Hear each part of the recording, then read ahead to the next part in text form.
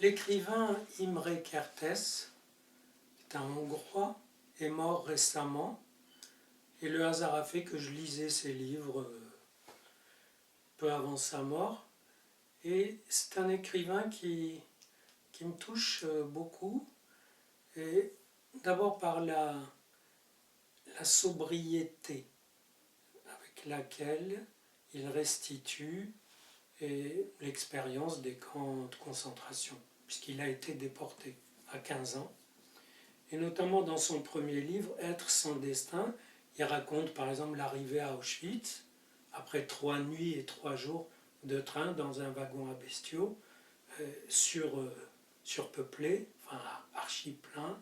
Vous imaginez les excréments, les odeurs, etc., la faim, la soif.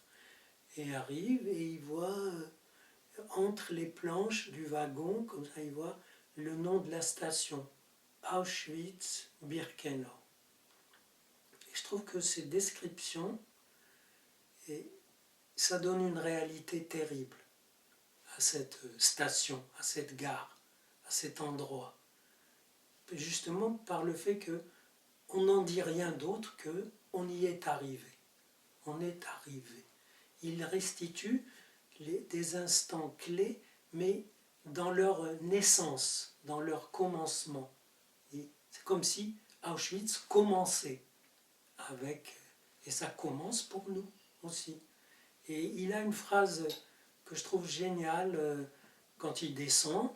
Vous imaginez, c'est la cohue, c'est les chiens qui aboient, les mères qui essayent d'arracher leurs enfants parce qu'on les emmène déjà se faire gazer, les hurlements, etc.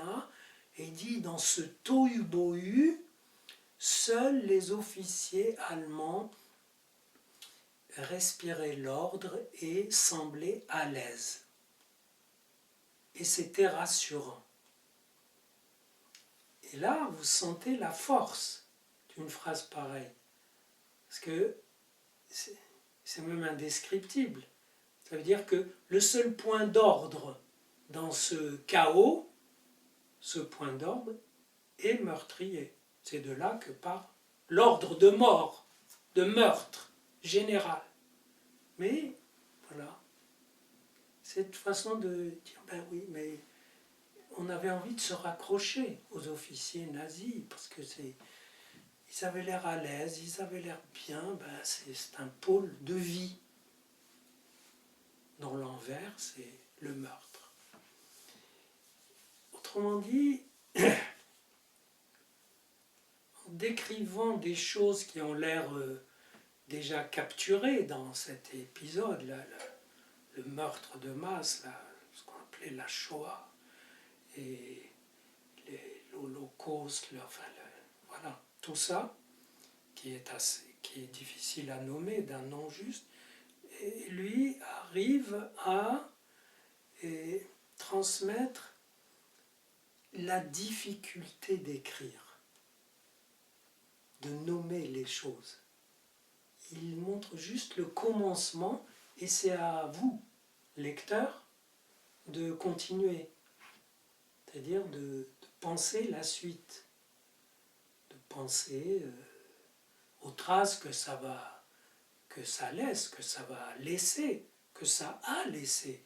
Aujourd'hui encore, les gens qui veulent bien reconnaître que ça leur est arrivé, que c'est arrivé dans l'espace de leur vie. Je ne parle pas des victimes ou de leurs descendants, je parle des gens neutres, qui, voilà, ah oui, tiens, ouais, c'est terrible ce qui s'est passé. Mais non, c'est arrivé à toi, à tes parents, c'est passé sous leur fenêtre.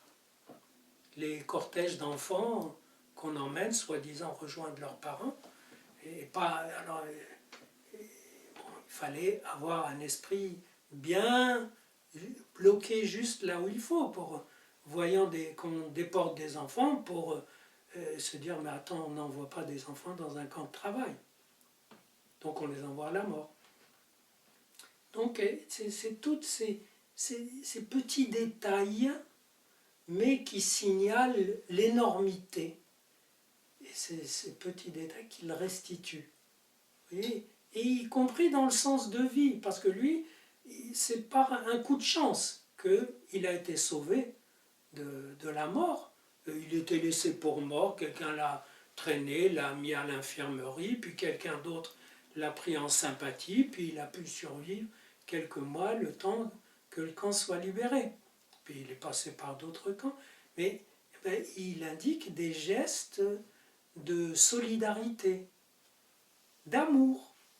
Dire déjà, il a passé sa ration à quelqu'un pour qu'il la surveille, et l'autre revient et lui rend sa ration. Il dit, tu n'imagines pas que j'allais partir avec. C'est-à-dire, juste une pensée pour l'autre en tant qu'il est aussi, en tant qu'on partage ce sort.